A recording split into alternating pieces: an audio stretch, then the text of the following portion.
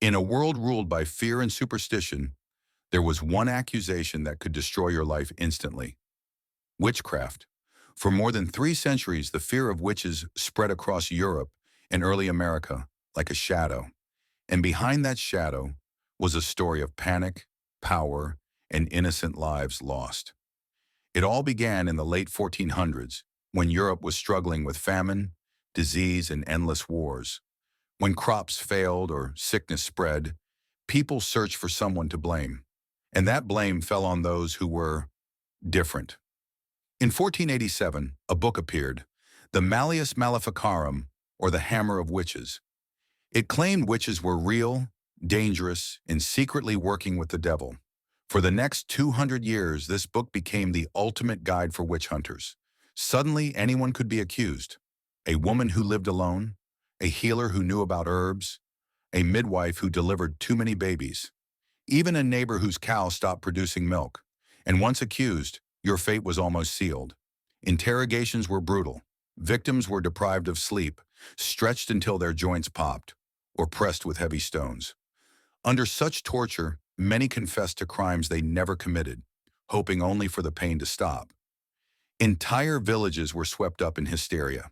In Germany, one of the largest hunts recorded over 400 executions in a single region.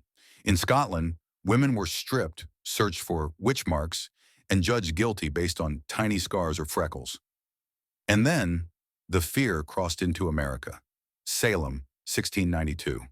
A small Puritan town erupts in chaos when young girls claim they're being tormented by witches. Hysteria spreads. Neighbor accuses neighbor. Friends turn into enemies. By the end, more than 150 people are jailed. 19 are hanged. One man, Giles Corey, is slowly crushed under heavy stones for refusing to confess. But behind all this horror lay deeper forces: religious extremism, political tension, personal grudges, and a society where women had little power to defend themselves. A land dispute? Accuse your rival of witchcraft. An argument with a neighbor? Call them a devil's servant. A woman who didn't obey social rules? Label her a witch. The hunts were never really about magic. They were about control. By the 1700s, everything began to change. New ideas challenged old beliefs. Science questioned superstition. Governments banned torture. And courts demanded real evidence. Slowly, painfully. The witch hunts died out, but their legacy remains.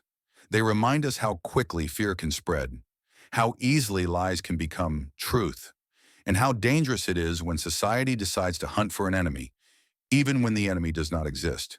The witch hunts were not just a tragedy of the past, they are a warning, a reminder of what can happen when fear, power, and ignorance collide.